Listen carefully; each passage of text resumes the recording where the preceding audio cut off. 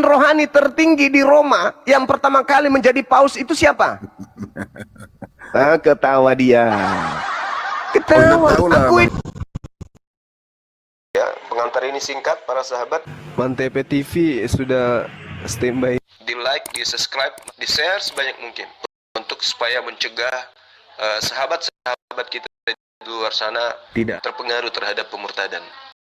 Nggak ada. Paulus sekalipun kau hadirkan di hadapan saya akan kulumat habis. Saya hanya bertanya, apakah kamu sudah mengakui Paulus itu Robmu?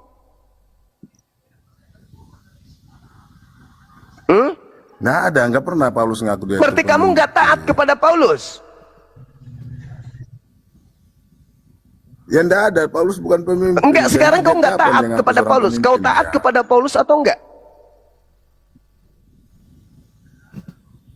Hah? Emang apa perintah Paulus? Yang mengajarkan menyembah Kristus itu siapa? Yesus apa Paulus? Roma 10:9. Barang siapa yang berkata dengan mulutnya Yesus itu Tuhannya, maka dia akan diselamatkan. Itu ajaran siapa? Itu ya di Injil ada juga kan. Itu ajaran siapa? Tunggu. Roma 10 nomor 9 nomor 10. Barang siapa yang berkata dengan mulutnya dan apa yang dikatakan oleh mulutnya itu dipercaya dalam hati bahwa Yesus adalah Tuhannya, maka dia akan diselamatkan. Kamu percaya nggak itu? Lah itu berarti Yesus kan, bukan Paulus. Kamu percaya nggak ucapan Paulus itu? Bahwa siapa yang berkata Yesus Tuhannya maka dia akan diselamatkan. Iya, kau percaya nggak? Paulus ngomong tentang Yesus kan. Paulus ya kamu percaya nggak itu? Kau percaya nggak ucapan Yesus itu? Paulus itu?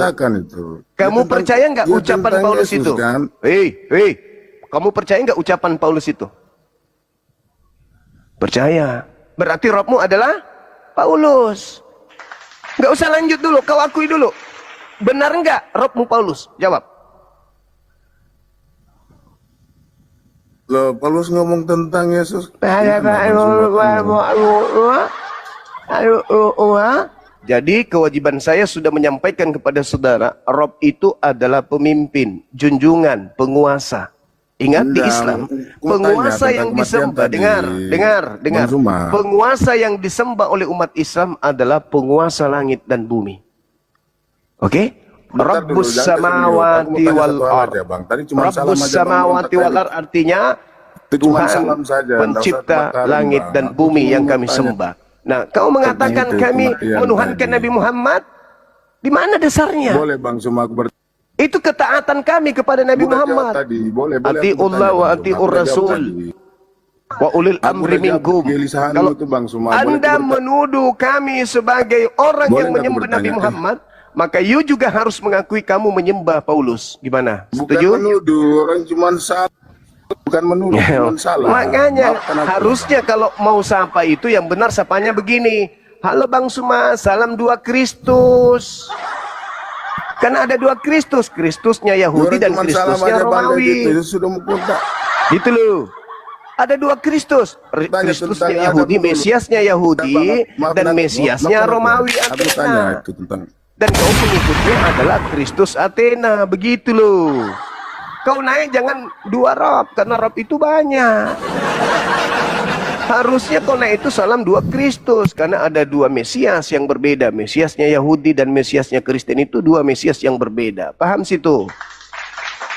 Nah, kau cebok dulu pakai air 1 sendok, habis itu gosok pantatmu, Anda semua pakai ampas kelapa. Jangan kau naik tujuan menghina, menghujat. Ini komal Islam, komal edukasi. Kau naik tujuanmu menghujat, kau yang kena. Di sini ada Yahudi, di sini ada Islam. Kau naik sebagai agama yang datang dari Roma Yunani, ya babak belur lah kau. Belum lagi kau naik salam dua Rob. Loh, apa maksud lo? Paulus itu Robmu. Kau ibadah minggu karena Paulus. Kolose 2 nomor 16. Kau makan babi karena Paulus. Kolose 2 nomor 16. Apalagi? Kau nyembah Yesus karena Paulus. Roma 14 nomor 9. Apalagi? Semua yang kau lakukan itu karena Robmu Paulus. Makanya Yesus mengatakan, iblislah yang menjadi Robmu. Dan kamu mau melakukan keinginan-keinginan Robmu itu. Atas keinginan siapa kalian menyembah Yesus? Atas keinginan siapa kalian makan babi? Ha, atas keinginan siapa kalian tidak bersunat? Ha, atas keinginan siapa kalian ibadah minggu? Ha ho, telan itu baik-baik. Begitu kawan. Jadi kalau kau naik, sekali lagi saya ingatkan, Kristen kalau naik silakan katakan salam dua Kristus. Gitu kawan. Silakan. Hati-hati Klenten, ada sniper sini tuang tembak, jedor ada kena, ya kan? Hah? Sniper. Jadi Erik, Anda kan minta naik lagi, oke? Artinya tadi ketika kau mengatam rob itu, kau sepakat enggak? Itu dulu ya. Kau harus menyepakatin. Jadi ke depan kau jangan lagi ngomong rob ya. Kalau kamu memang naik, kamu diskusi. Kalau enggak, selesai. Ya, Tribrata.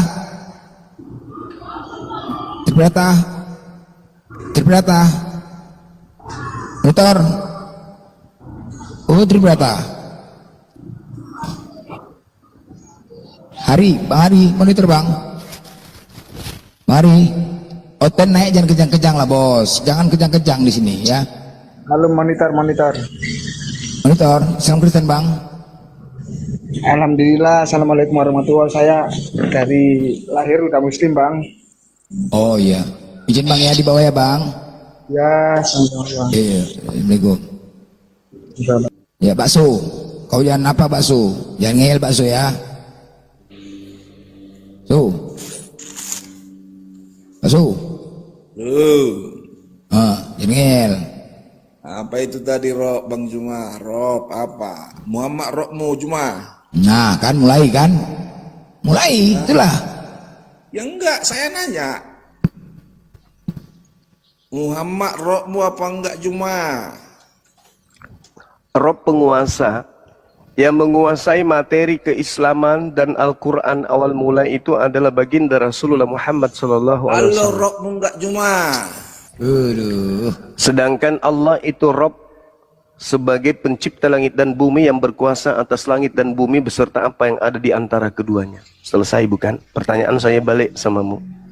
Paulus Robmu kan? Berapa Robmu Juma? Paulus itu Robmu kan? Jawab dulu nanti saya jawab kau. Saya sudah menjawab dua pertanyaan. Robmu berapa? Saya dua pertanyaan sudah kujawab. Sekarang giliranmu. Adil kita, adil. Kami mengakui atas kelemahan keilmuan kalian sehingga kalian memaksa kami harus menyatakan Nabi Muhammad itu Rob. Oke, Rob penguasa yang menguasai pengajaran Al-Quran kepada umat Islam mula-mula. Oke. Kamu menuduh kami lagi menerapkan Allah. Ya, Allah kami dudukkan sebagai pencipta langit dan bumi yang mengutus para nabi. Selesai bukan? Nah, kami minta jujur. Benarkah Paulus itu juga Robmu? Bukan Bang Suma. Tapi kami Kristen karena mengikuti ajaran Paulus. Itu namanya dongok. Lain kali bangun tidur sikat gigi pakai kulit duren biar kau keren.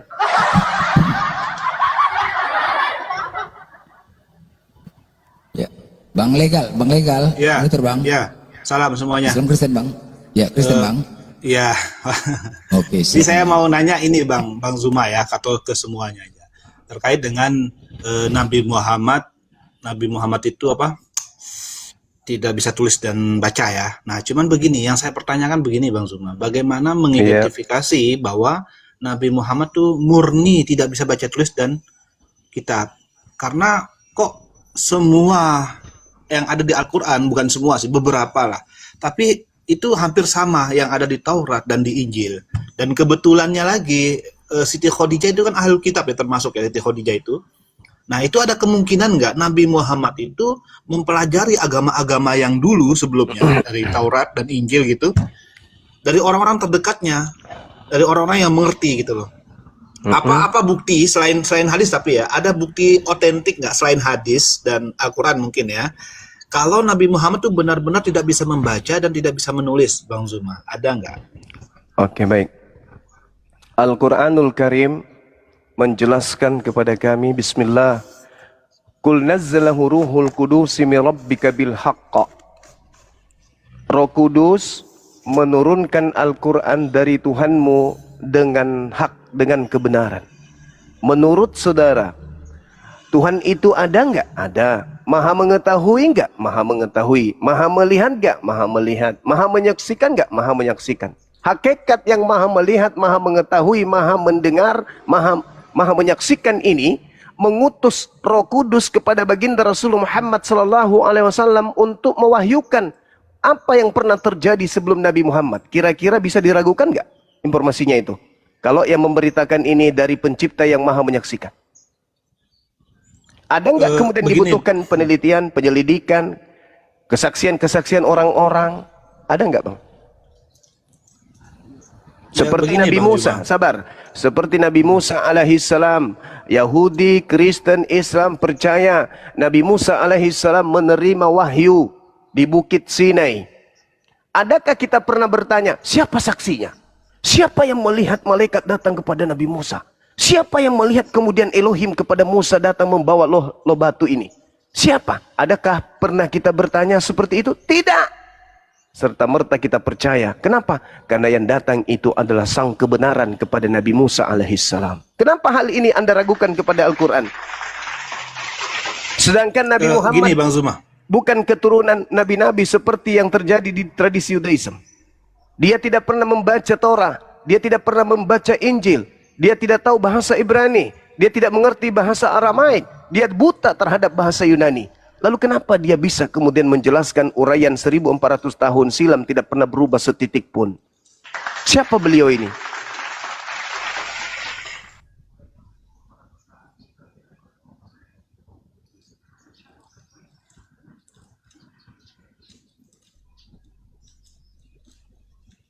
Itu Al-Quran itu menjelaskan, abangku. Jadi Nabi Muhammad SAW diceritakan dalam Al-Quran, madalla sahibukum wa ma gawa.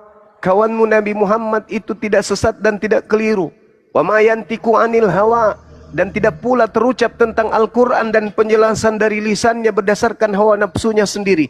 In huwa illa wahyu yuha. Melainkan Al-Quran itu tidak lain kecuali hanyalah wahyu yang disampaikan kepadanya. Allamahu syadidul quwa, yang diajarkan kemudian oleh Roh Kudus, malaikat Tuhan yang sangat kuat, yaitu Jibril.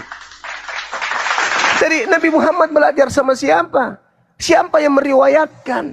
Riwayat dari internal Islam tak ada. Nabi Muhammad belajar kepada Khadijah, belajar kepada Waraka, belajar kepada siapapun. Tak ada. Tak ada kemudian data baik dalam Islam maupun di luar Islam yang membenci Islam, yang memusuhi Islam, yang tidak suka dengan Nabi Muhammad, yang bisa kemudian bernarasi pada hari ini Nabi Muhammad kemudian datang kepada seorang Nasrani, Nasorion, atau kepada Yahudi, Yudaism untuk belajar tentang Torah. Mana dalilnya? Mana cerita itu? Narasi itu bisa kami dapatkan di mana? Enggak ada. In huwa illa wahyu yuha. Al-Quran yang datang kepadanya itu tak lain dan tak bukan adalah wahyu dari Allah melalui malaikat yang sangat kuat. Allamahu syadidul quwa. Nabi Muhammad itu buta huruf.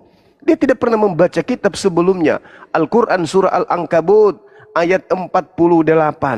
Itu sangat jelas dikatakan bahwasanya Nabi Muhammad tidak pernah membaca kitab sebelumnya. Tak pernah. Wa ma kunta tatslu min qablihi min kitab wala tahuttu biyaminika izalla lartaba mubtilun. Itu jelas itu. Engkau wahai Nabi Muhammad tidak pernah membaca sebuah kitab pun sebelum Al-Quran dan tidak pernah menuliskan sebuah kitab pun dengan tanganmu. Sekiranya engkau membaca atau pernah menulis, niscaya orang-orang yang mengingkari, yang ragu padamu akan semakin ragu bahwa apa yang kau bawa Al-Quran itu berasal dari pencipta langit dan bumi. Sekarang siapa yang bisa membuktikan di atas muka bumi ini Nabi Muhammad pernah belajar kepada orang Yahudi tentang Torah? Tunjukkan satu dalil, tunjukkan satu sumber. Saya ingin belajar. Tidak ada. Begitu juga Nabi Musa. Tunjukkan satu dalil di mana Nabi Musa pernah belajar kepada orang-orang sebelum Nabi Musa terkait dengan Nabi Abraham. Ada? Tidak ada. Nabi Musa seketika itu datang wahyu kepadanya, lalu kemudian disampaikan kepada umatnya. Itu. Begitulah keadaan Nabi Muhammad. Beliau tidak tahu menahu. Bahkan dia bingung, apa ini yang datang kepada aku? Pemberitaan apa ini? Ragu awalnya. Akhirnya dia diyakinkan oleh Allah. Tanya kepada orang-orang yang pernah membaca kitab sebelummu, wahai Nabi Muhammad. Kalau engkau ragu akan apa yang kami wahyukan kepadamu ini. Tanya. Kalau kau ragu tentang seseorang yang kami sebutkan dalam kitab yang kami wahyukan kepadamu, yaitu Adam, Abraham, Ibrahim, Ismail, Ishak, Yakub, tanya kepada orang-orang yang pernah membaca kitab sebelummu. Mereka akan mengatakan apa yang datang kepadamu juga pernah datang kepada mereka. Kalau kau ragu, tanya. Tapi Nabi Muhammad nggak ragu. Nabi Muhammad cuma bingung saja. Lama-lama dia yakin, maka beliau mengajarkan tentang Tuhan yang benar selama 13 tahun kepada penganut ajaran paganisme yang sudah mendarah daging turun-temurun. Apa yang terjadi? Mereka menanggalkan kejahiliannya menuju kepada peradaban, menyembah kepada pencipta langit dan bumi yang datang kepada para nabi. Itu ada nggak kemudian orang bisa membuktikan Nabi Muhammad pernah belajar kepada seseorang? Tak ada. Nah, bagaimana dengan Al-Quran yang kemudian mirip? Isinya mirip. Sama seperti apa yang tertuang di dalam kitabnya saudara kita Yahudi. Ada mirip-miripnya. Kenapa bisa? Karena Al-Quran mengatakan bahwa Nabi Muhammad SAW itu menerima pemberitaan dari Allah dengan Allah menyatakan bahwasanya apa yang datang kepadamu aku sampaikan dalam bahasa Arab itu dulu pernah datang kepada Nabi Musa alaihissalam. Al-Quran surah Al-Ahqaf ayat 12. Wa min qablihi kitabu Musa imama wa rahma wa hadza kitabun musaddiqul lisanan arabiyya liyunziral ladina zalamu wa busyra lil muhsinin. Sebelum Al-Quran yang aku wahyukan ini, wahai Nabiku Muhammad kepadamu, telah lebih dulu datang sebuah kitab ketetapan kepada Nabi Musa alaihissalam berupa Torah sebagai imam, sebagai petunjuk, sebagai anutan dan rahmat kepada Bani Israel. Dan Al-Quran ini aku wahyukan kepadamu sebagai kitab yang membenarkan kitab-kitab sebelum Al-Quran yang datang dalam berbahasa Arab untuk memberi peringatan kepada orang-orang yang zalim dan memberi kabar gembira kepada orang-orang yang muhsin. Jadi Al-Quran itu datang seketika menceritakan tentang Torah dalam bahasa Arab. Nabi Muhammad gak ngerti Torah, tapi karena itu wahyu, dia terima lalu diajarkan kepada umat manusia. Itu bung, Nabi Muhammad. Andai saja Nabi Muhammad melakukan penelitian, apa yang terjadi? Maka Al-Quran akan selalu dikoreksi, direvisi, evolusi, terjadi koreksi sana sini, tambal sulam seperti layaknya Bible. Tapi karena Nabi Muhammad menerima wahyu dari pencipta langit dan bumi yang maha benar, maka mustahil ada isi dari pernyataan yang maha benar itu menjadi keliru. Pasti benar. Berbeda dengan Bible, direvisi, dikoreksi. Tahun ini direvisi lagi, tahun depan direvisi. Kenapa? Karena itu bukan firman Tuhan. Itu hasil penyelidikan orang terhadap kesaksian-kesaksian orang, di mana kesaksian orang ini menceritakan tentang peristiwa-peristiwa yang akuratnya tidak kita tahu, benarnya juga kita tidak tahu. Itu bersyukurlah kalian ada umat Islam mau membahas Bible, karena sebenarnya Bible itu bukan firman Tuhan.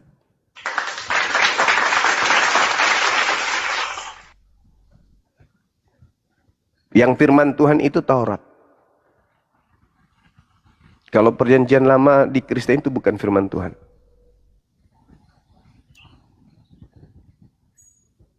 Gitu saudara. Ya.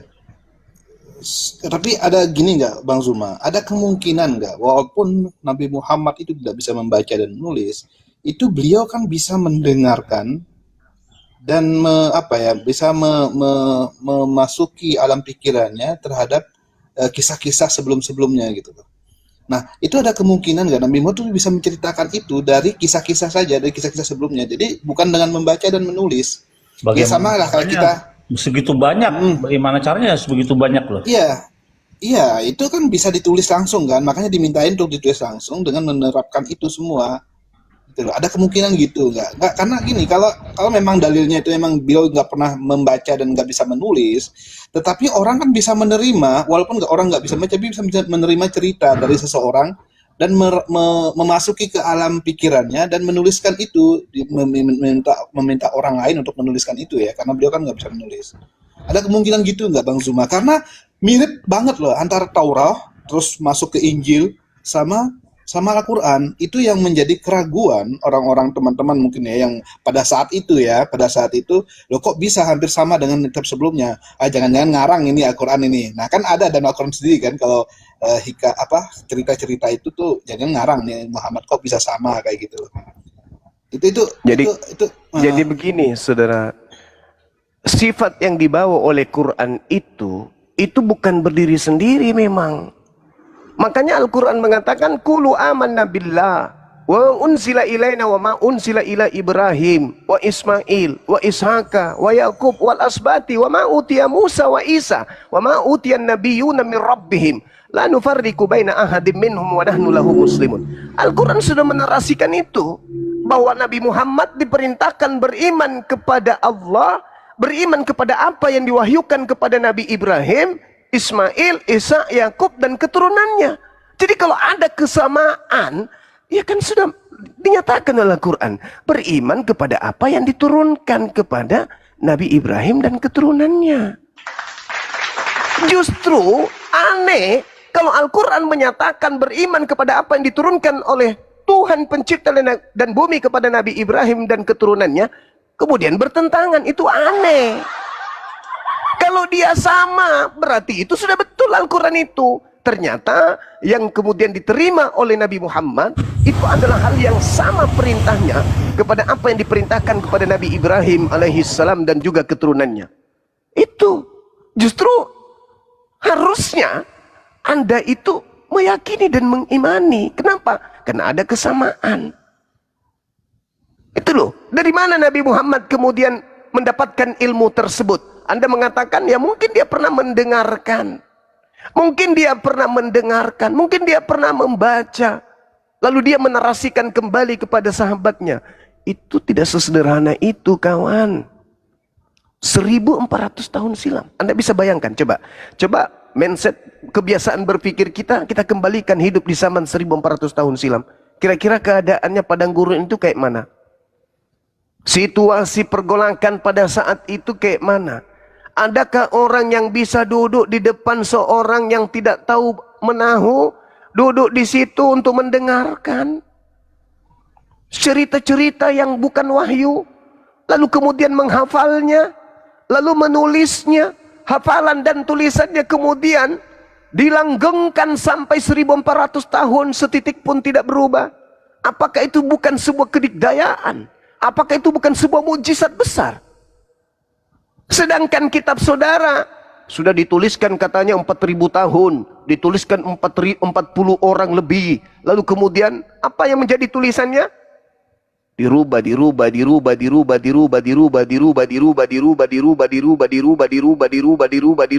Toh ujungnya Anda percaya itu firman Tuhan, bukan? Bagaimana kami? Bagaimana kami? Yang datang di zaman jahiliyah, di sana tidak ada pengetahuan, di sana tidak ada orang-orang yang pernah datang padanya Nabi, di sana tidak ada kemudian padanya pendamping Rasul, lalu kemudian sosok ini hadir di tengah-tengah padang gurun, mengajarkan sejazirah Arab la ilaha illallah Muhammadar Rasulullah. Dengan kaidah Quran, apa yang disampaikan oleh Quran, itu yang dihafalkan. Apa yang dihafalkan, itu yang dituliskan. Apa yang dihafalkan dan dituliskan, itu diwariskan kepada seluruh manusia. Dan tidak pernah terganti dan tidak ada keraguan di dalamnya. Tapi bukan sesederhana itu. Apa yang Tuhan torehkan di dalam Al-Quran tidak bisa digerus oleh perkembangan zaman. Secanggih apapun ilmu pengetahuan, sehebat apapun para ilmuwan melakukan temuan, Al-Quran tidak pernah goyah untuk dikalahkan. Apa yang diuraikan, apa yang disampaikan, apa yang ditemukan, apa pencapaian manusia di atas muka bumi ini, lebih dulu 1400 tahun Nabi Muhammad yang tidak tahu menahu tentang kitab terdahulu itu sudah menguraikannya. Artinya bukan Nabi Muhammadnya yang hebat, tetapi yang mewahyukannya itu yang hebat. Makanya dikatakan qul nazzalahu ruhul qudusi min rabbika bil haqq. Apa yang datang kepada Nabi Muhammad berasal dari Roh Kudus yang datang dari Sang Yang Maha Benar. Maka apa yang dilisankan Nabi Muhammad adalah lisannya yang maha benar.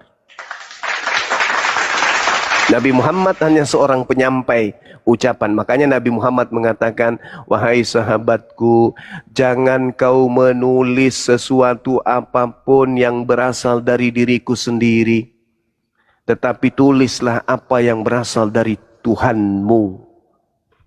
Itu Nabi Muhammad mengatakan itu. Makanya hadits itu datang nanti di 200 tahun baru dibukukan. Kenapa? Karena Nabi Muhammad tidak mau ucapannya bercampur aduk dengan ucapan pencipta.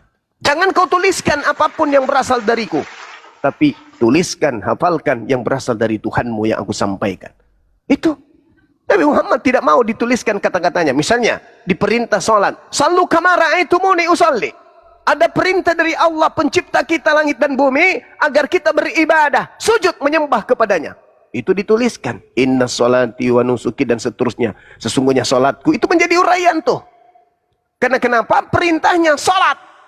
Lalu kemudian Nabi Muhammad mengatakan apa? Sallu kama ra'aitumuni usolli. Sholatlah kalian sebagaimana kalian melihat aku sholat. Apakah sallu kama ra'aitumuni usolli itu ditulis pada saat itu bersamaan dengan firman Tuhan? Tidak. Sallu kama ra'aitumuni usolli nanti dibukukan 200 tahun setelah Nabi Muhammad tak ada di bumi. Makanya hadits itu ada sahih, ada maudhu, ada dhaif, ada hasan dan seterusnya. Kenapa? Karena melalui penelitian-penelitian. Ini ucapan siapa? Nabi Muhammad. Siapa yang mendengarkan pada saat itu? Si A, si B, si C. Apa kesaksian si A? Ini. Si B? Ini. Si C? Ini. Benar enggak? Benar. Sama-sama benar. Lalu si A dan si C ini menyampaikan kepada siapa? Si E, si D, si F. Apa kata mereka? Sama. Setelah sampai si F, dia sampaikan kepada siapa? Si H, si E, si C, dan seterusnya. Apakah sama uraiannya? Sama. Dari sisi kanan. Sama nggak sama? Berarti penyampaian ini sahih.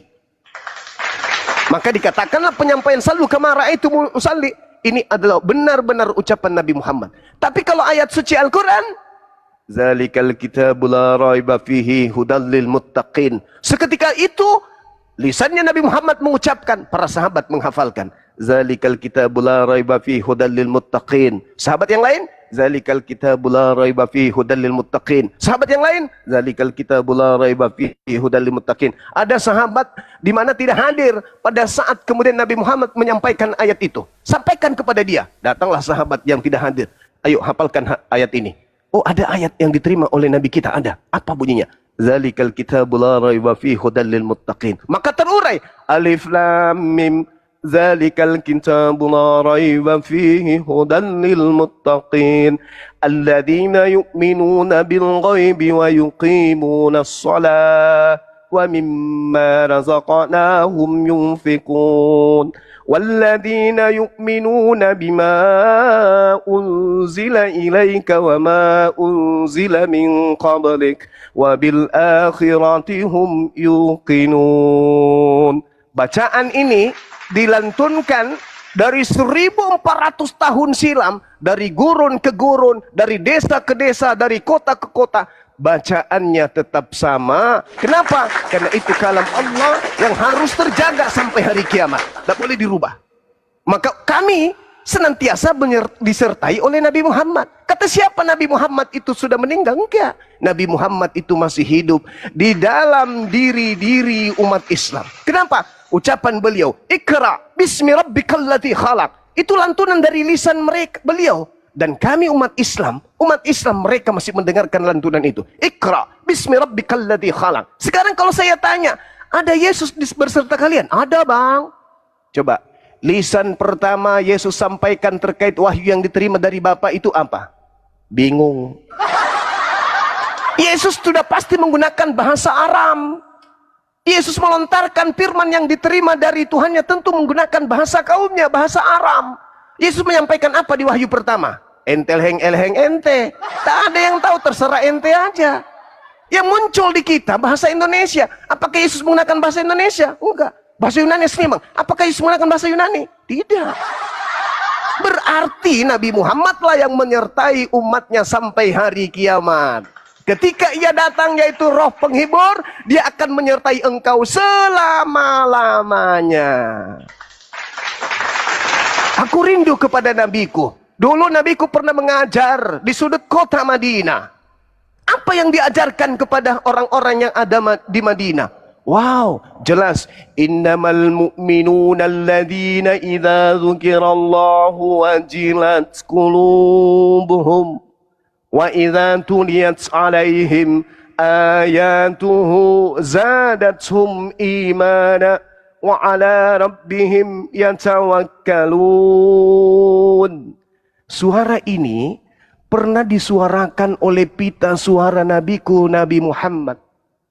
Ayat ini pernah dilontarkan ketukannya, nadanya, iramanya, ritmenya, gelombangnya, semua sama yang dilantunkan oleh lisan nabiku Nabi Muhammad. Jadi ketika kemudian kami rindu kepada beliau, kami cukup mendengarkan Al-Quran, maka kami sedang mendengarkan beliau membacakan Al-Quran. Ketika kalian rindu kepada Yesus, apa yang kalian lakukan? Halilintar, menatap salib yang ada di dinding. Iya kan? Nah, apakah betul itu bentuknya Yesus? Tidak. Tapi kalau Nabi Muhammad menyertai kami kapanpun kami berada. Saya nyetir nih, nyetir. Apa yang terjadi? Mathaluhum kamathalil ladzi. Aku bacalah ayat-ayat. Oh, ini lantunan bacaan nabiku Nabi Muhammad. Subhanallah. Kenapa umat Islam itu kuat dalam beragama? Ya karena itu. Mereka bersama dengan nabinya. Mereka bersama dengan Tuhannya. Kalau kalian, Tuhan kalian sudah jauh, udah di langit sana, duduk di sebelah kanan Tuhan yang lain. Kalian sudah ditinggal sama Tuhan kalian. Kalau kami enggak. Kalian masuk ke kubur, Tuhan kalian enggak ada dalam kubur. Kami masuk ke dalam kubur, Nabi kami masuk dalam kubur, sama dengan umatnya. Jadi Tuhan umatnya itu merasa selalu dibersamai. Ketika di bumi bersama dengan umatnya, di alam barzakh, di alam kubur bersama dengan umatnya. Ada Tuhan ditinggalkan umatnya lari ke surga dia. Umatnya di tanah, hancur di tanah dimakan ulat, dianya enak duduk di atas. Mungkin sambil ngopi juga.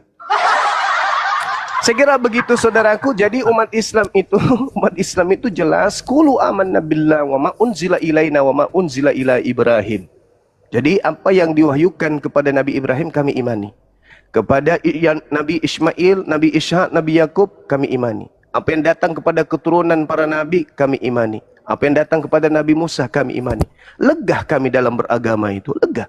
Gak ada beban. Kalau kalian, Yesus mengatakan, hidup kekal itu apa anak-anak? Mengenal Elohim, satu-satunya Tuhan yang benar. Tepuk tangan. Lalu mengenal Yesus yang diutus oleh Tuhan yang benar. Nah, ditanya oleh orang Kristen, hari Minggu kalian menyembah siapa di gereja? Menyembah Yesus. Berarti kalian tidak mengenal Yesus. Yesus itu untuk memperoleh hidup yang kekal harus dikenal sebagai utusan, bukan sebagai pengutus. Begitu saudaraku, sederhana kok kalau mau waras itu. Silakan, masih ada lagi? Mantap, mantap. Kelas ya. Buat teman-teman ya. Kelas Nabi kita ya, kelas ya, beda level ya dengan sebelah sana ya, beda level ya, kelas ya. Kelas. Ya, Allahumma sholli wa sallim ala sayyidina Muhammad. Kelas lah. Bahkan makamnya saja pun masih dikawal dan dijaga sampai sekarang. Masya Allah, keren kan? Nah, itu dia. Kelas lah, beda sama sebelah. Entah di mana kuburnya, salibnya, entah di mana peninggal, ya kan? Hah? Bang Markona satu lagi, Bang. Satu aja. Ke Bang Zuma dan juga yang lain. Nah, itu beberapa komal yang pernah saya datangi gitu. Ya, entah komal Islam lah kebanyakan itu. Itu ada dalam Injil atau Taurat, saya lupa. Itu ada tulisan Taurat kalau nggak salah itu ya. Lupa saya. Pokoknya ada tulisan yang mengatakan bahwa ada nabi terakhir yang akan menjadi nabi penutup gitu kan. Dengan apa namanya, dengan bahasa aslinya tuh mengutip dengan bahasanya tulisannya itu Ahmed atau Ahmad gitu, lupa saya. Nah, dalam surat itu, entah di Injil atau Taurat ya, saya lupa itu. Apakah disebutkan juga bangsanya, Ustaz Zuma? Disebutkan nggak bangsanya? Karena menurut saya orang-orang Yahudi yang tidak menerima kenabian Nabi Muhammad itu kan karena bukan dari bangsa Yahudi sendiri kan Nabi Muhammad, tapi bangsa Arab. Nah, dalam kitab itu, entah Taurat atau Injil tadi yang menyebutkan kata Ahmad tadi, apakah menyebutkan juga bangsanya itu dari bangsa siapa? Atau jangan-jangan memang tertulis di Taurat atau Injil itu Dulu gimana Bang Zuma? Iya, yang Anda maksud itu Al-Quran surah As-Saff ayat Kenabian ke-6. Nabi Muhammad. Suara saya kedengaran nggak? Oke, baik. Bismillahirrahmanirrahim. Wa isqala Isa bin Maryam ya bani Israel inni rasulullahi ilaikum musaddiqan lima baina yadayya minat taurah wa mubashiran bi rasuli ya'ti min ba'di ismuhu Ahmad falamma ja'ahum bil bayyinat qalu hadha sihrun mubin. Wahai Nabiku Muhammad, aku ingin memberitakan sebuah berita gaib kepadamu, kata Allah. Di surah Maryam itu diterangkan. Apa itu? Ada masa di mana utusanku bernama Isa, putra Maryam, berkata kepada kaumnya Bani Israel, wahai Bani Israel, ini sesungguhnya aku, ya Bani Israel, ini Rasulullahi ilaikum, adalah utusan Tuhanmu kepada kalian semua, untuk mengajarkan kalian membenarkan apa yang turun sebelumku, yaitu Taurat yang diwahyukan kepada Nabi Musa alaihissalam, dan memberi kabar gembira tentang datangnya seorang utusan Allah yang akan datang setelahku yang bernama Ahmad, Nabi Muhammad. Akan tetapi ketika utusan itu datang kepada mereka dengan membawa bukti-bukti yang nyata, mereka berkata ini adalah sihir yang nyata. Di situ tidak diceritakan di dalam Al-Quran disebut sukunya, enggak. Tetapi di situ diceritakan bahwasanya yang terpuji akan datang Nabi utusan Allah setelahku, gelarnya yang terpuji. Dan yang terpuji ini namanya kemudian Muhammad. Nah, lalu ketika Nabi Muhammad ini datang, itu diutus kemudian bukan hanya satu kelompok. Tidak sama seperti Nabi Musa, ila Bani Israel. Nabi Daud, ila Bani Israel. Bahkan Yesus, Matius 15:24, ila Bani Israel. Lukas 1:33, Yesus adalah raja untuk selama-lamanya bagi Bani Yakub. Tapi kerajaannya, kata Yesus, diberikan kepada bangsa lain yang akan menghasilkan buah kerajaan tersebut. Wahai perempuan, wahai ibu, ada masa di mana engkau tidak akan lagi menyembah Elohim di gunung ini dan di Yerusalem, sebab kerajaan Elohim akan diberikan kepada satu bangsa yang akan menghasilkan buah kerajaan itu. Maka dalam konsep Islam, ketika Nabi Muhammad datang, beliau mengatakan apa? Ya ayyuhan nas, wahai seluruh manusia, ini Rasulullahi ilaikum jami'ah. Aku ini adalah utusan Tuhanmu untuk kepada kalian semua. Jadi tidak terlepas dan tidak diajarkan dari suku ini, dari suku itu, enggak. Tidak dijelaskan itu. Bahwa dia harus berasal dari suku ini, enggak. Itu tidak dijelaskan. Tetapi Tuhan, pencipta langit dan bumi, di dalam Al-Quranul Karim, di surah Ali Imran, ayat 81, Allah sudah melakukan perjanjian agung. Apa kata Allah? Wa iz ahazallah mitsaqan nabiyyin lama ataitukum min kitab wa hikmah thumma ja'akum rasulun musaddiqul lima ma'akum latu'minunna bihi wa latansurunna qala aqrartum wa akhaztum ala dzalikum isri qalu aqrarna qala fashhadu wa ana ma'akum minasyahidin. Di ayat ini menceritakan tentang praeksistensi manusia, para nabi. Ketika Allah mengangkat perjanjian agung kepada para nabi-nabi, sebelum nabi-nabi itu diutus ke bumi, Allah mengatakan kepada para nabi di alam roh, manakala aku memberikan kitab dan hikmah kepadamu, lalu kalian para nabi datang kepada kalian seorang rasul yang membenarkan apa yang ada pada kalian, niscaya kamu akan sungguh-sungguh iman kepada rasul dan menolongnya. Allah berfirman kepada para nabi di alam roh, praeksistensi kemanusiaan mereka. Apakah kamu mengakui dan apakah kamu menerima perjanjian agungku ini atas yang demikian itu? Bahwa aku akan mengutus seorang rasul penutup yang akan membenarkan kalian? Mereka para nabi menjawab, kami mengakui, akrarna, kami berikrar dan mengakui hal itu. Maka Allah menjawab apa? Fashhadu wa ana ma'akum minasyahidin. Kalau begitu, hai para nabi, bersaksilah kamu dan aku juga menjadi saksi bersama dengan kalian. Tentang apa? Tentang datangnya seorang penutup Rasul wa khataman nabiyyin dan penutup para nabi. Kalian bersaksi, kami bersaksi ya Rabb. Kalian mengakui, kami mengakui ya Rabb.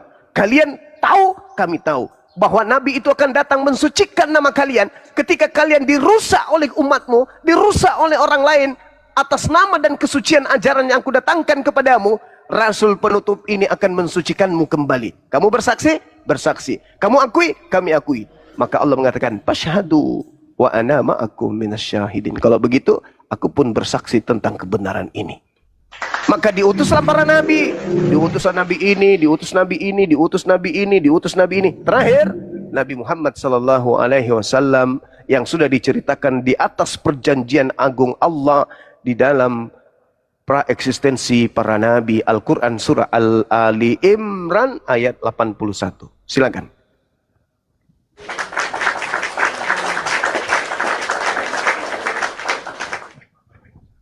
Nah, Bang Legata. Ya, saya kira cukup Bang Cukup, Markona. Bang. Oh, cukup Bang. Ya, terima kasih Insyaallah. sebelumnya. Sama-sama. Mudah-mudahan Bang, sama-sama. mudah-mudahan dapat hidayah Bang ya. Oke. Amin. Makasih Bang. Ya, Oke. Ya, sebelum ke sana aku gini, Bang Billy. Bang Billy ini saudaranya Tuan Glenn nih. Bang Billy. Bang Billy monitor. Ini saudaranya nih, sepupu Yesus. Bang Billy. Ini jadi sekarang ini kalau ada yang pantas sombong, manusia yang pantas sombong di atas muka bumi ini Ahibili. Iya, betul. Gak ada yang boleh ngorek dia. Dia tinggal buka dada, tepuk dada di depan Monas. Siapa yang nantang gue? Gue sepupunya Tuhan. Ya, Di Ibrani kan jelas itu dikatakan Tuhan kita berasal dari suku Yehuda, kan ada gitu. betul. Allahu Akbar. Sepupunya nih. Ya Bang Billy, dia sepupunya nih. Kalau mau naik ke atas, patuh dulu sama ini. Izin sepupu, sepupu Tuhan. jadi memang abang Bang Lega Kristen apa Bang? Bang Lega, Bang monitor Bang, Kristen apa Bang? Saya pelajari semuanya Bang, belum tahu ini agamanya apa nih. Ya. Masih mau belajar dulu Bang. Wah, masih mencari. Ateis, Iya, abang ateis gitu, maksudnya ateis gitu. Ya, saya percaya Tuhan, adanya Tuhan. Tetapi untuk agamanya makanya saya ingin pelajari dulu Bang. Oh gitu. Itu apa itu? Ibrani Iya, 7 itu ya. Kalau Ibrani 7 eksistensi 14. Tuhan saya percaya, cuman ya eksistensi Tuhan saya percaya. Sebab telah diketahui tapi semua orang bahwa itu untuk Tuhan agama. Kristen berasal dari suku Yehuda. Itu Ibrani 7:14. Tapi bang, kalau abang buka kitab, abang mencari Tuhan kan berdasarkan kitab masing-masing bang, ya kan? Nah, di antara banyaknya kitab bang, cuman satu-satunya kitab yang berani ada pengakuan langsung dari Tuhan Al-Quran bang. Yang lain nggak ada. Ketika mencari yang lain nggak ada. Sampai kapan nggak ada. Cuma satu. Seandainya ada dua pengakuan Tuhan, bingung kita bang, ya kan? Nah, abang silakan cari kitab Weda, Tripitaka, Bible. Cuman Al-Quran lah satu-satunya.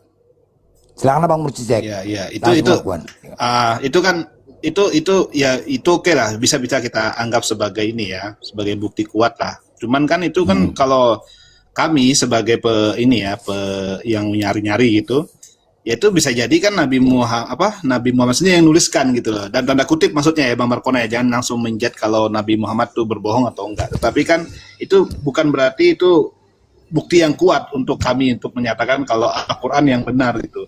Cuman begini, saya bingungnya itu apakah akal kita yang didahulukan atau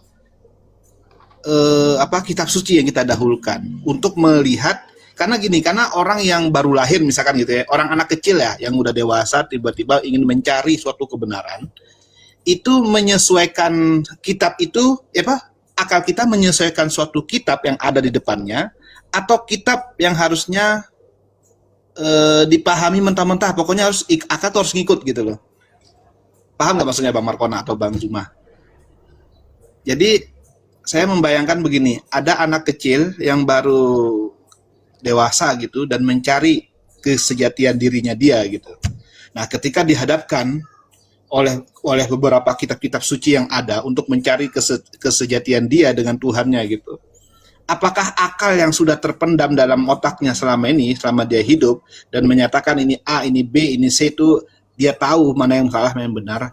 Ternyata ada satu kitab lagi nih, ada suatu kitab yang dia dapatkan dan itu bertentangan dengan apa yang dia pikir selama ini itu benar dalam otaknya dia. Nah, itu yang kita dahulukan penilaian dari otak kita atau penilaian dari apa yang dikatakan dalam kitab suci itu, atau bagaimana sebenarnya merangkai ini sebenarnya. Paham nggak maksudnya Bang Markona? Atau Iya. Mungkin Bang Juma. Bang Juma. Oh, mungkin gini ya. Jadi begini Bang, ya. Aku Bang, kalau secara pribadi ya Bang ya, kita mencari kitab ya. Sebenarnya anggaplah kitab itu tulisan orang, anggap kan gitu kan. Nah, semua apa yang tertulis itu harus kita buktikan Bang, ya kan?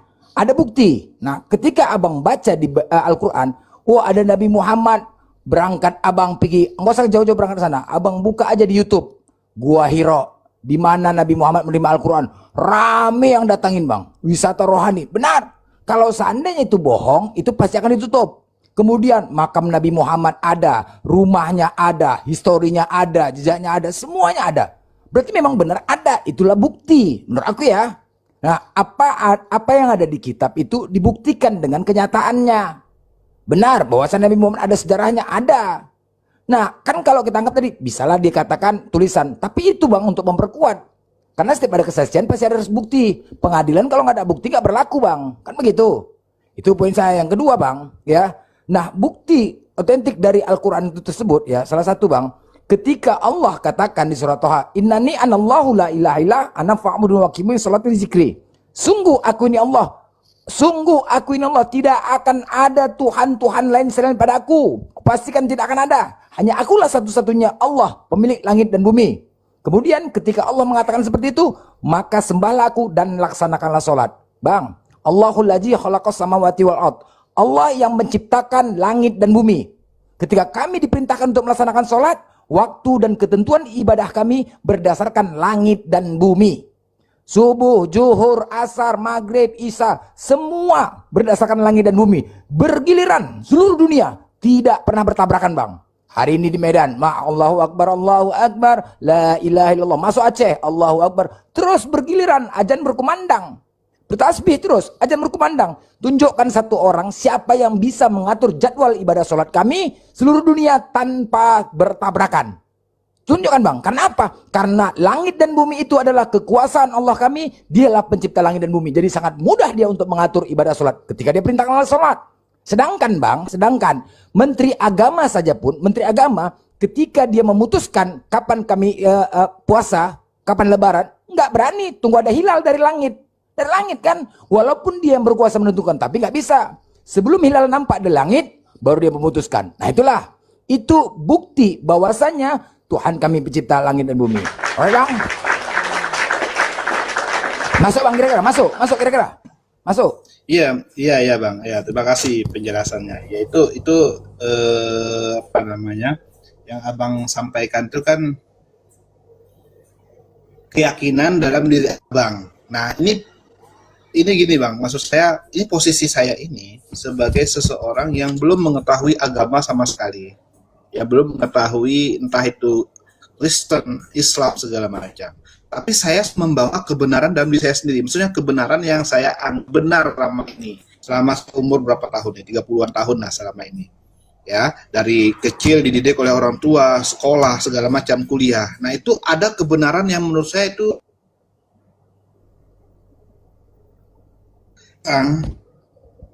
ada beberapa agama di depan saya, beberapa kitab suci.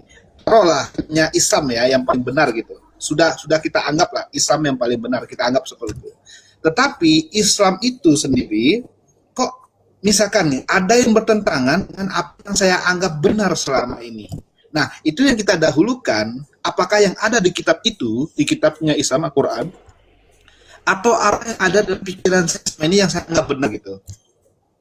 Ya, lebih Apa itu, spesifiknya Bang? gitu, Bang Markona. Abang jelaskan aja. Ya, lebih spesifiknya Abang begini. kasih tahu aja.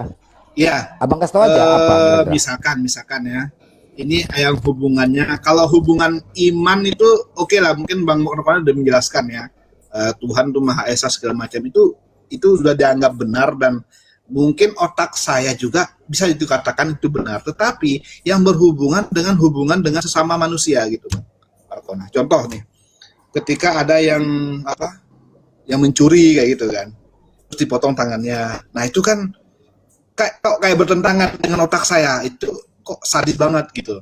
Atau apalagi ya beberapa hal ya, tetapi kalau masalah ketuhanan, saya kira itu kan dari agama lain bahkan berkiblat ke Islam, saya kira, untuk mengesahkan Tuhan itu. Dan itu saya nggak bisa ini kan bantah lah kalau itu.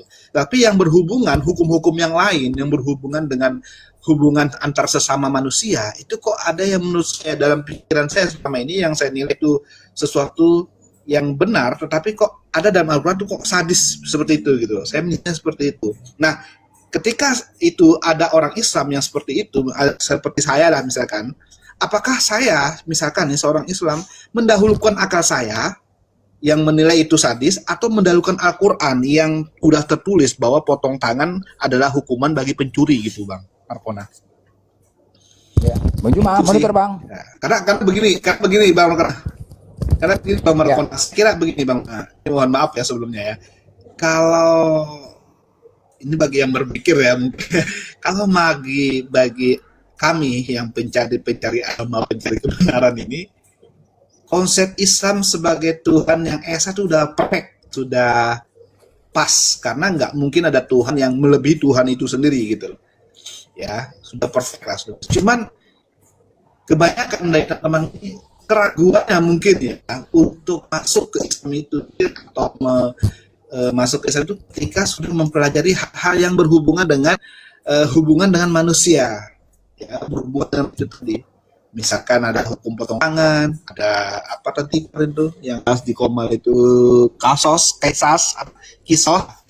Kalau yang mati dibunuh, kalau membunuh dibunuh kayak gitu. Nah, itu hubungan kayak gitu yang mungkin berat bagi orang yang non Islam yang belum masuk Islam. Itu masuk Tuhan, Bang. Saya kira tuh kita sepakat semua kalau Tuhan tuh hanya satu. Nah, cuman namanya mungkin berbeda ya. Dan kalau Islam kan Allah namanya. Nah, tapi kita untuk berhubungan dengan itu tadi, mengikuti hukum-hukum, bahkan Bang, satu lagi Bang, bahkan untuk mengikuti sholat 5 waktu saja kayaknya berat bagi mereka yang baru masuk Islam itu. Kayaknya kok banyak banget sih ritual-ritual Islam ini kalau saya masuk misalkan gitu kan. Nah, gitu sih Bang, gimana itu menjelaskannya? Bang, sedikit Bang ya, kira-kira di Indonesia nih hukuman untuk orang korupsi itu apa yang paling pantas Bang menurut Abang? Apa yang pantas? Gimana Bang?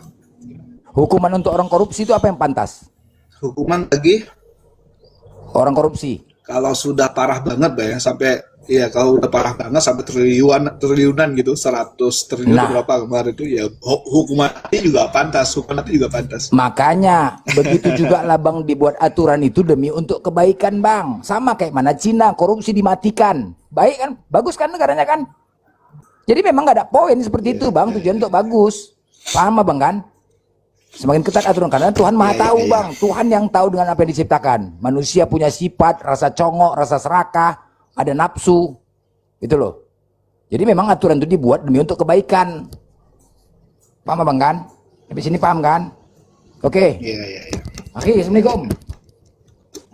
Waalaikumsalam warahmatullahi. Ini yang putus-putus siapa ya? Lanjut. Ya, ini nambahin soal hukum Islam, misalnya contoh potong tangan begitu dan kisos. Kadang kalau misalnya kita lihat ke agamanya penghujat lah ya, terhitung ini gitu, yang menitik beratkan hukum sayang, kasih sayang gitu.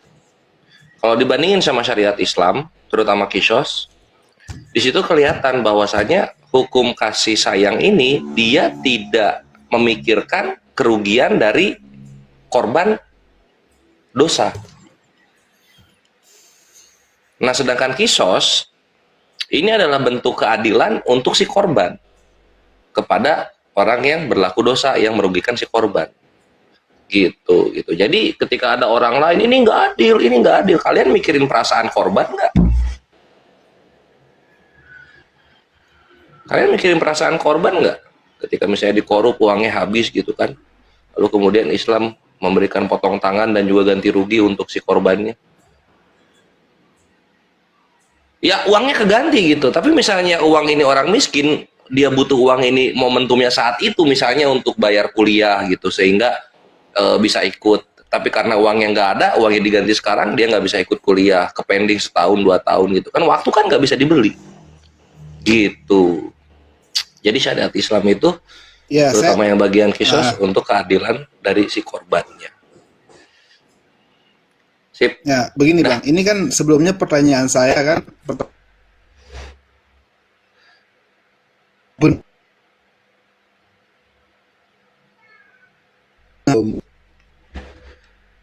Ini siapa yang putus-putus ya? tentangan putus. misalkan Bang legal, Bang putus-putus suara Bang lu Bang. Geser dulu Bang, putus-putus. ya. Tes. udah, coba deh. Halo. Ya. Jangan tiduran. Kan sebelumnya pertanyaan enggak ini saya duduk nih Bang. Begini Bang, Bang Kores ya sama Bang Markonah juga. Sebelumnya kan pertanyaan saya sebenarnya saya itu sudah memiliki pengetahuan dan kebenaran yang saya yakini sebelumnya selama 30-an tahun ini seumuran saya gitu ya. Nah, ternyata ada nih kebenaran lain di depan saya, yaitu yang namanya agama gitu. Dan kita sebutkan aja Islam misalkan ya, itu yang paling benar ya saya kira gitu misalkan. Nah, ketika ada kebenaran dalam Islam ini dan kebenaran dalam yang saya nilai selama ini dalam otak saya itu benar juga, itu bertentangan satu sama lain. Nah, itu mana yang kita dahulukan? Nah, itu aja sebenarnya. Tetapi ketika mendengar jawaban di Bang Kores dan Bang Markona, itu kan berarti ketika menjelaskan tadi sebab akibat dari kisos pembunuhan itu dan potong tangan itu, berarti kan jawabannya abang-abang ini kan berarti dahulukan dulu yang ada di Al-Qur'an, akal nanti gitu loh. Nah, itu ada kemungkinan nggak ke depannya, karena kan kehidupan ini kan maju terus kan, dinamis kan. Ada kemungkinan nggak bahwa kita tuh perlu untuk mengedepankan akal dulu sebelum Al-Quran, karena Al-Quran ini kan statis, hanya itu kita tulisannya dan nggak bakalan diubah dan nggak boleh diubah kan memang kan. Tetapi dia ini kan statis, sedangkan kita ini berpikir secara dinamis dan ada perkembangan dan selalu berkembang nanti ke depannya. Nggak tahu nanti anak cucu kita kan apa yang akan dia pikirkan. Nah, bisa nggak nanti dalam dalam konteks Islam itu sendiri itu akal yang didahulukan, bukan Al-Quran. Nah, karena apa? Karena ya itu tadi saya membandingkan itu ada sesuatu yang sudah diyakini benar sebelumnya dalam akal pikiran, sedangkan dalam Al-Quran sudah ada juga keyakinan yang berbeda gitu, keyakinan yang ini menurut Al-Quran itu benar. Nah, ketika akal yang menurut itu benar itu berbeda, berhadapan atau bertentangan dengan apa yang dikatakan benar dalam Al-Quran, itu boleh nggak kita dahulukan akal dulu? Dan Al-Quran tunggu dulu, stop dulu gitu, biar akal dulu yang berjalan dulu gitu. Nah, itu sih yang saya tanyakan sebenarnya karena ya dinamis, kita dengan berpikir kan dinamis, terus berkembang kan. Sedangkan Al-Quran itu ya itu yang harus kita ikuti gitu, statis. Nah, mungkin lebih tepatnya mungkin bisa ditafsirkan, mungkin ya ada yang mengatakan demikian juga, sehingga Al-Quran kan mengikuti zaman kan. Nah, tetapi kalau ada yang nggak bisa dijawab juga dengan tafsir gitu, itu bisa nggak akal yang duluan lah intinya gitu, akal yang menjadi pemimpin, jadi Al-Quran yang mengikuti gitu, ada kemungkinan gitu nggak? Ini bukan berarti saya langsung ke ini ya, membedakan mensekulerkan gitu ya, mensekulerkan agama dengan kehidupan sehari-hari kita, enggak, tapi karena kita ini sudah punya keyakinan sendiri sebelumnya bahwa menilai sesuatu itu benar. Nah, tetapi ketika ada dalam Al-Quran itu bertentangan, nah itu mana yang didahulukan sebenarnya? Apakah Al-Quran dengan teksnya seperti itu, kayak potong tangan tadi, ya udah potong tangan sesuai dengan apa yang di Al-Quran kan gitu ya. Atau ada tafsir lain mungkin. Nah, atau dalam akal pikiran saya, ya udah penjara cukup lah, penjara itu gitu loh. Penjara itu cukup lah gitu. Atau mungkin berkembangnya kehidupan nanti kan bisa jadi ada cara lain gitu loh untuk menghukum sesuatu yang koruptor itu gitu loh. Itu gimana Bang Kores? Isinya. Nggak mungkin yang namanya akal itu mendahului Al-Quran gitu. Ketika Al-Quran belum turun, akal dulu mengimani, ya bisa gitu. Karena Nabi Ibrahim mengetahui Tuhan yang benar karena akalnya berjalan gitu. Nah ketika akal sudah berjalan, kebenaran Al-Quran sudah sampai, Al-Quran diterima gitu. Dan nggak ada sejarahnya kami sebagai Muslim dari lahir, bahkan pendahulu-pendahulu kami, melihat bahwa moralitas zaman itu bisa melampaui Al-Quran gitu. Sebagaimana yang terjadi di agama-agama lain yang mereka mulai toleransi dengan kawin sesama jenis, bahkan kawin sama benda mati, bahkan kumpul kebo itu biasa gitu kan, tetap masuk surga gitu. Lihat Islam tetap dengan hukum-hukumnya gitu. Artinya apa? Akal, zaman, moralitas itu tetap semua tunduk kepada hukum dari Tuhan ini yang dibalut dengan sebuah kitab suci bernama Al-Quran gitu Mabre. Lalu kemudian kita balik lagi ya ke hukum potong tangan gitu. Potong tangan itu nggak sekedar apa ya, mungkin kalau orang awam melihatnya, wah ini maling, korupsi, potong tangan. Enggak, dilihat kadarnya. Udah ada aturannya dari zaman Nabi kami dan sahabat-sahabat. Semaling kerugian yang berapa yang bisa sampai kepada potong tangan. Contoh misalnya, malingnya maling roti gitu kan. Berapa sih maling roti? Itu nggak potong tangan, potong jari atau potong apa, enggak, itu dihukum takzir. Dan kalau misalnya alasannya itu bukan karena iseng atau bukan karena jahat, karena memang misalnya alasannya itu baik, ya ini anaknya belum makan 3 hari kayak gitu-gitu, itu sudah terjadi di zaman sahabat Nabi Umar bin Khattab gitu, itu dilepas si maling itu gitu. Melihat situasi dan kondisinya. Itulah kenapa Allah berfirman dalam surah Al-Baqarah, lupa ayat 286 kalau nggak salah. Sesungguhnya agama itu memudahkan gitu loh. Jadi ada kewajiban-kewajiban yang kalian harus lakukan sebagai manusia karena tujuan manusia itu untuk beribadah kepada Sang Maha Pencipta.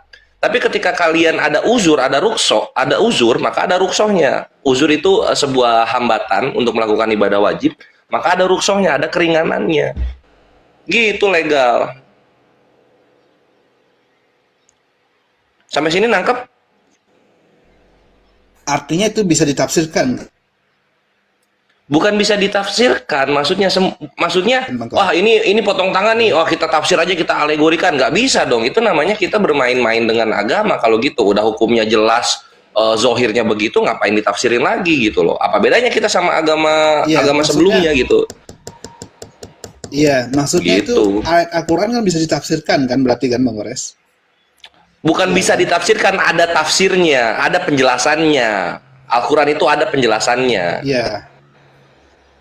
Iya, gitu. maksud saya begini kan. Bukan sengaja ditafsir untuk apa? Untuk cari yang gampangnya buat kita, bukan gitu maksudnya.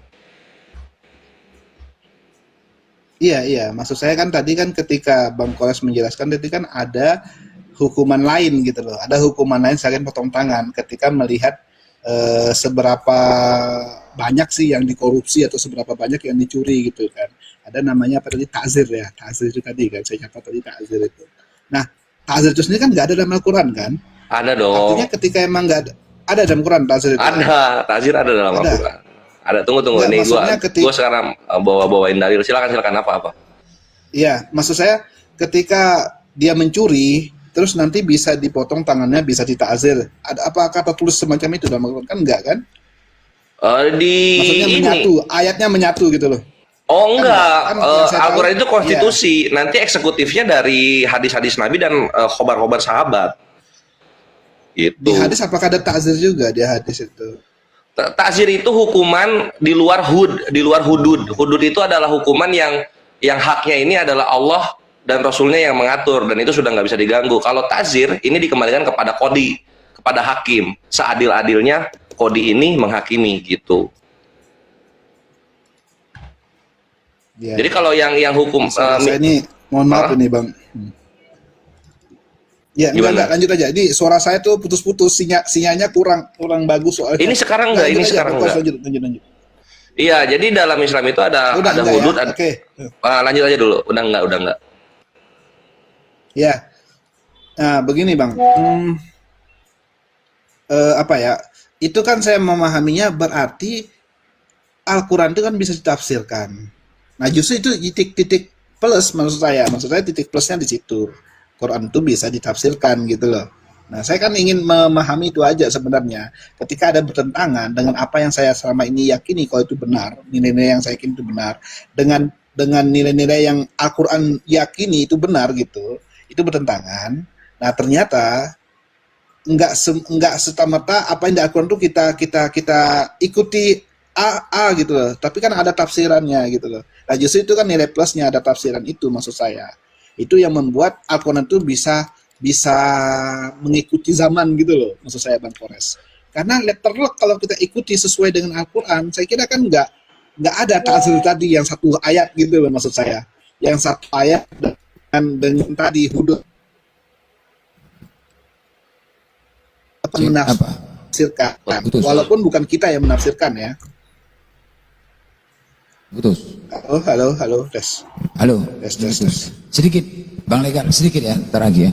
Jadi Masuk. sebenarnya bukti yang nyata saja dari Al-Quran itu yang bisa kita lihat sampai saat ini. Contoh, di surah Yunus 92 dikatakan di situ ya, maka hari ini kami biarkan engkau hai jasad Firaun situ ya, jasad Firaun. Maka hari ini ketika kita baca Al-Quran hari ini, buka di YouTube, masih adakah jasad Firaun? Ada, dibiarkan Allah. 1 tahun ke depan baca lagi Al-Quran, maka hari ini habis itu buka di YouTube, ada. Artinya apa? Memang benar-benar datang dari Tuhan. 2 hari sebelum kiamat baca Al-Quran itu, maka hari ini buka di YouTube, jasad masih ada. Berbeda dengan di Bible, pada hari ini telah lahir Tuhan Juru Selamat. Setiap hari aku telepon, pada hari ini telah lahir Tuhan Juru Selamat di kota Daud. Setiap hari aku telepon Wak Daud, ada nggak Tuhan lahir? Wak Daud ya. Mananya nih? Pada hari ini telah, besok ku baca lagi, pada hari ini telah lahir Tuhan Juru Selamat di kota Daud. Wak Daud, ada nggak Tuhan lahir? Bilang, mak, pening aku dimaki Wak Daud. Iya. Wak Daud, kepala bapak kau Tuhan lahir katanya, dimaki Wak Daud aku. Wak Daud pun lagi goreng pisang dia. Wak Daud, ada nggak Tuhan lahir dari? Kepala bapak kau katanya, mak, dimaki aku. Tiap hari, itu beda. Bulan depan, tahun depan, habis aku dimaki Wak Daud. Itulah. Nah, itu beda Al-Quran. Lanjut.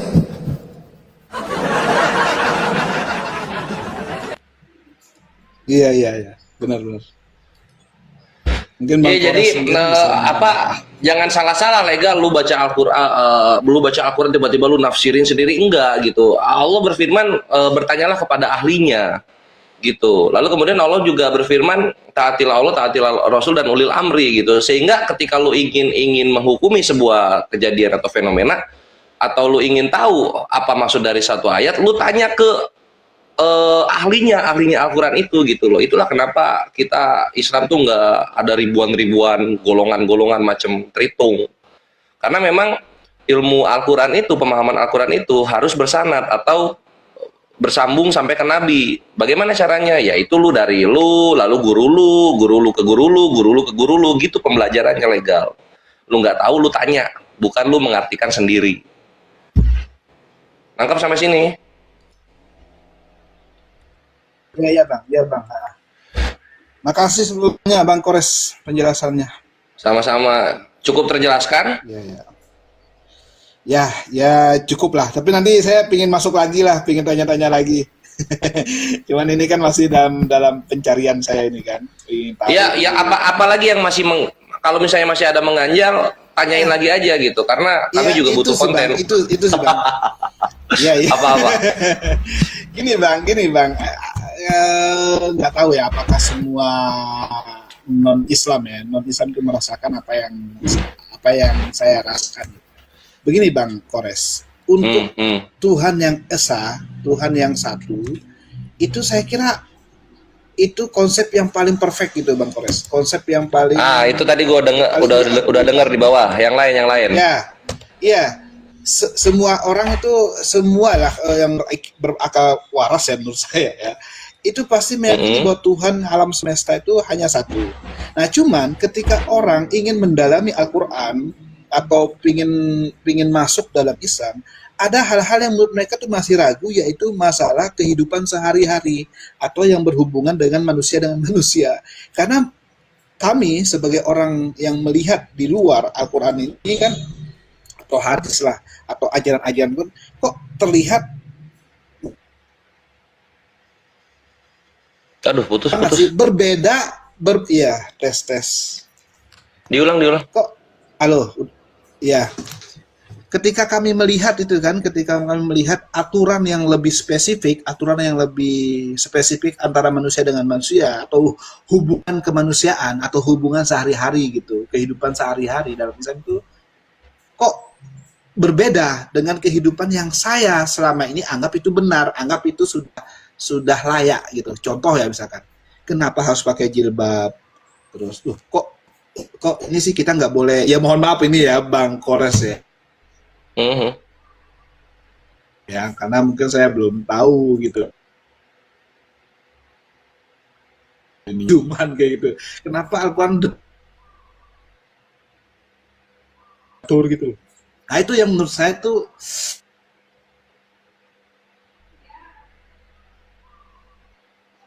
ada hal lain lah selain itu. Ya, tadi jilbab saya contohkan ya. Oke, jilbab. Halo Bang Kores. Ya. Diulang. Ya, jilbab contohnya. Terus Ya. Ya, halo. Dengar nggak Bang Kores? Dengar lagi sekarang. Suaranya ya? Mm-mm. Iya. Jadi Putus lagi, yang putus. di luar.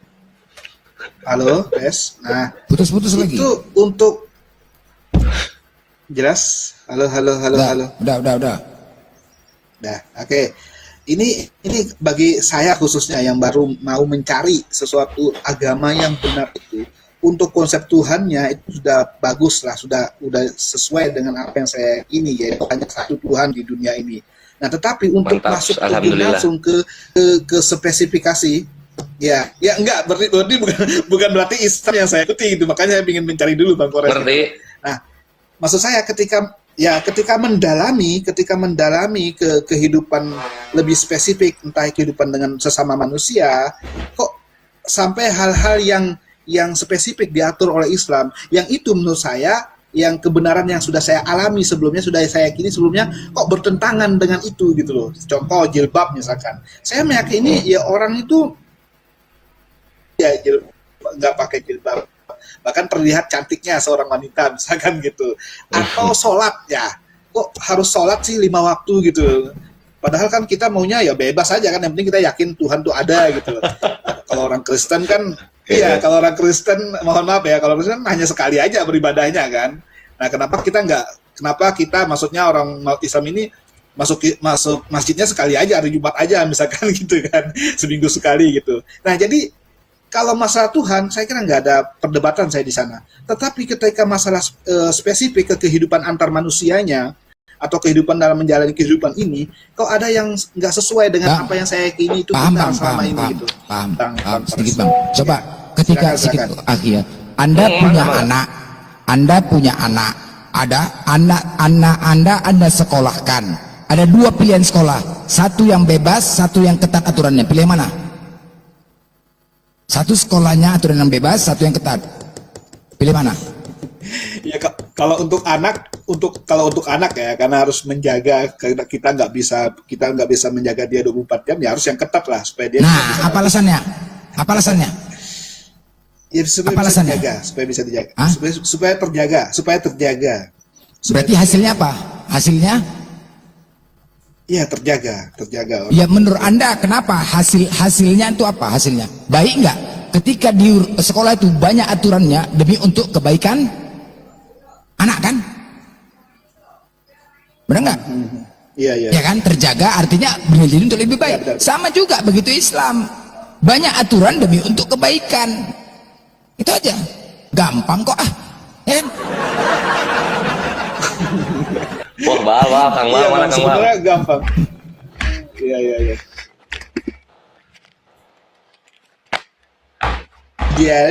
Idealnya seperti itu. Kehidupan Bang Marco, kehidupan yang kita hidup sehari. Ya ada aja manusia itu yang kadang ya pingin pingin sesuatu yang bebas gitu loh, Bang Markona.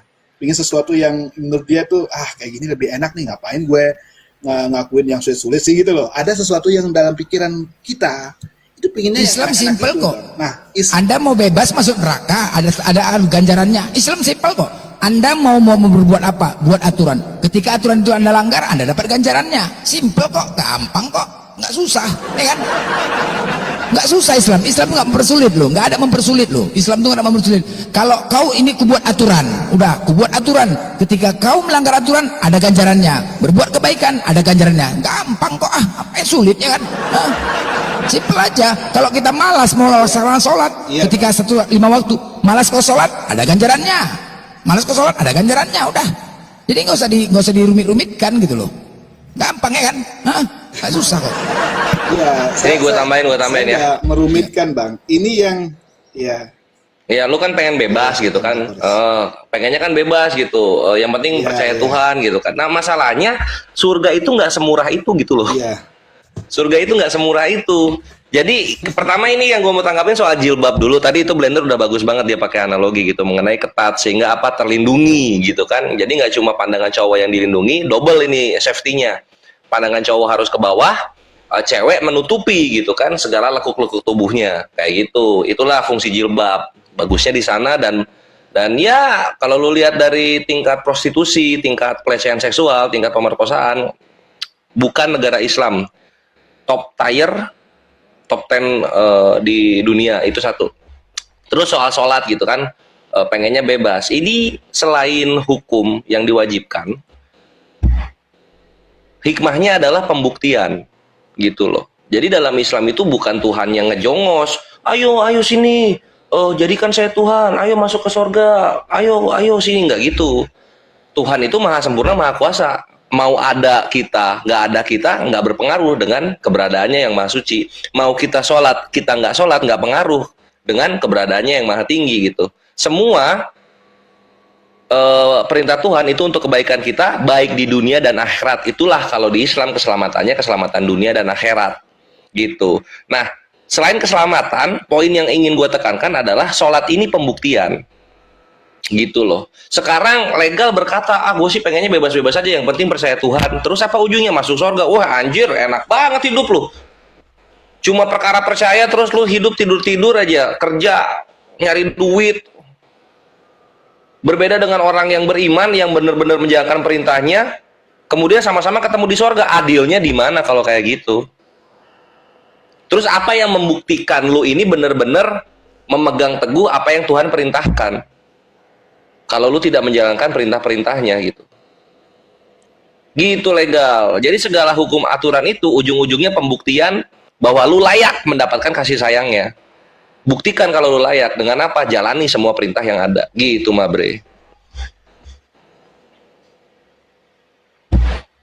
Dah, tuh Gal. Sedikit saya tambahin ya. Coba Anda bayangkan apabila negara ini tidak ada aturan, tidak ada aturan. Terus aturan gak usah jauh-jauh lah, jalan raya apabila nggak ada lampu merah, lampu apa cemana, macet. Nah, kemudian sholat itu untuk mencegah perbuatan keji dan mungkar. Ya, ketika kita melakukan sholat akan terhindar dari perbuatan keji dan mungkar, anarkis, radikal. Kan untuk kebaikan semua manusia. Seandainya semuanya Islam melaksanakan sholat, damai indah negara ini. Enggak? Itu dia. Damai indah, tidak ada perbuatan keji dan mungkar. Sholat, jelas sholat. Terbebas dari makanya negara Islam tuh kalau seandainya semua sholat, nggak ada lagi perbuatan keji dan mungkar, nggak ada. Baik-baik sesama manusia, saling tolong menolong, saling menjalin kebaikan. Itu pasti. Itu. Karena Allah Maha tahu. Kalau laksanakan sholat demi kebaikan, gitu loh. Jadi memang semuanya itu ada aturan itu untuk yang baik, ya kan? Kalau bebas-bebas sekalipun kita suntuk juga. Nah, begitu bebas, jangan ketiban nanti kena ke keluarga kita baru rasa. Aduh mah keluarga kita diperkosa, biarkan aja. Kalau nggak dihajar, geram nggak? Istri kita diselingkuhi, kan nggak bisa. Jadi aturan itu penting. Bagaimana negara ini kalau nggak ada aturan gitu loh. Paham kan? Bisa bos, bisa. Nanti telepon Wak Daud nanti telepon Wak Daud. Mana tuh? Lahir Tuhan bilang. Ya kan? Kalau sebelah itu bebas dia bos, bebas mau apa saja. Kalau sebelah mau apa saja dosa tebus, ya kan? Kalau sebelah itu ya kan, mau menipu ditanggung sama Tuhannya, mau berzina Tuhan yang nanggung. Enak kali ya kan? Udahlah diciptakan Tuhan, diberikan napas, dikasih makan, dikasih enak. Habis itu dia yang ngatur Tuhan, bukan Tuhan yang ngatur orang tuh. Mati masuk surga pula lagi. Aduh enak kali bah, mati masuk surga langsung. Hah? Itu dibantahnya biasanya gini, Blen. Ini gue curhat dikit ya. Dibantahnya gini biasanya di pihak sebelah itu. Ya enggak dong, kalau misalnya udah percaya, otomatis kita nggak akan melakukan hal-hal yang jelek tersebut gitu kan. Oke, gitu. Iya, betul. Nah kan gitu kan bahasanya. Terus dia gini. Dan perbuatan baik itu tidak menyebabkan kamu masuk surga gitu.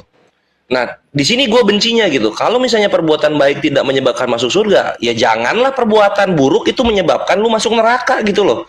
Kok standar ganda gitu. Perbuatan baik gak dihitung, kok perbuatan jahatnya dihitung. Maunya apa? Kok konsep begini? Jadi udah paling jelas itu seadil-adilnya konsep keselamatan itu di Islam. Allah itu berfirman begini, barang siapa yang mengejar dunia, maka dunia yang akan dia dapatkan. Barang siapa yang mengejar akhirat, maka akhirat yang dia dapatkan. Dan Allah lah seadil-adilnya pemberi balasan. Itu yang Allah bilang. Lu mau misalnya tadi kita ambil contoh si legal ya. Legal pengen bebas. Lu niatnya pengen bebas nih. Itu lu berdoa nggak berdoa Allah kabulin. Oke, ini dikasih bebas hidup lu. Nanti hari penghakiman coba kita lihat kebebasan lu itu bisa bikin berat timbangan baik lu nggak gitu. Gitu Gal. Enak kali ya kan, orang yang berutang kita yang bayar, kepala bapaknya itu. Nanti kalau suruh ten gitu, begitu giliran tanya Ten nanti kan, Ten sebenarnya aku pinjam duit 5 juta, aku bayar. Giliran 5 juta mau dibayar 100 juta, begaduh lah ya. Ready? Nggak gitu Blen, nggak gitu Blen. Gini bre. Oke, kan gini, ini ada orang utang 10 juta, anjir. Terus datang nih sosok yang putih bersih datang dia. Saya datang. Mau apa Pak? Mau bayar hutangnya dia yang 10 juta. Oh gitu, boleh. Ini dikasihkan duit, diambil duitnya nih sama yang piutang 300.000 bang. Iya, saya ambil dia. Ya nggak lunas lah. Utangnya 10 juta, lu bayar 300.000, nggak lunas. Geblek. Konsepnya itu kalau diomongin indah, tapi kalau kita pikirin pakai akal itu rugi bandar serius gitu. Lanjut. Hancur lah babak belur ya. Prediksi ya kan? Gimana prediksi ya? Yang bang, bicara apa ini udah terlalu panjang nih. Ini tadi bicara nebus enak kali kalian di Kristen, ku bilang. Kalau seandainya seperti itu ya semua masuk Kristen, ya kan? Mati masuk surga, kalian yang ngatur Tuhan, bukan Tuhan yang ngatur kalian. Hidup dosa ditanggung, mau menipu ditanggung Tuhan, berzina tanggung Tuhan, ya kan? Nah ini gue studi kasus nih Gal. Lu udah merenung sekarang, atau enggak tanya-tanya ke agama yang lain ya, bandingin gitu. Kita ke Predika ya, kita cek nih. Predika. Yesus mati nebus dosa bukan? Iya. Oke, sekarang kalau ada orang dosanya 10 juta dibayar 300.000 lunas nggak? Lunas nggak? Nggak mungkin kan, harus sebanding. Harus sebanding kan? Nah sekarang kenapa Yesus cuma mati 3 hari? Jadi, oke ya, ini Anda tadi udah banyak saya nangkap lah. Boleh saya? Nah mantap, lanjut, silakan. Oke, ya itulah bedanya kekristenan. Jadi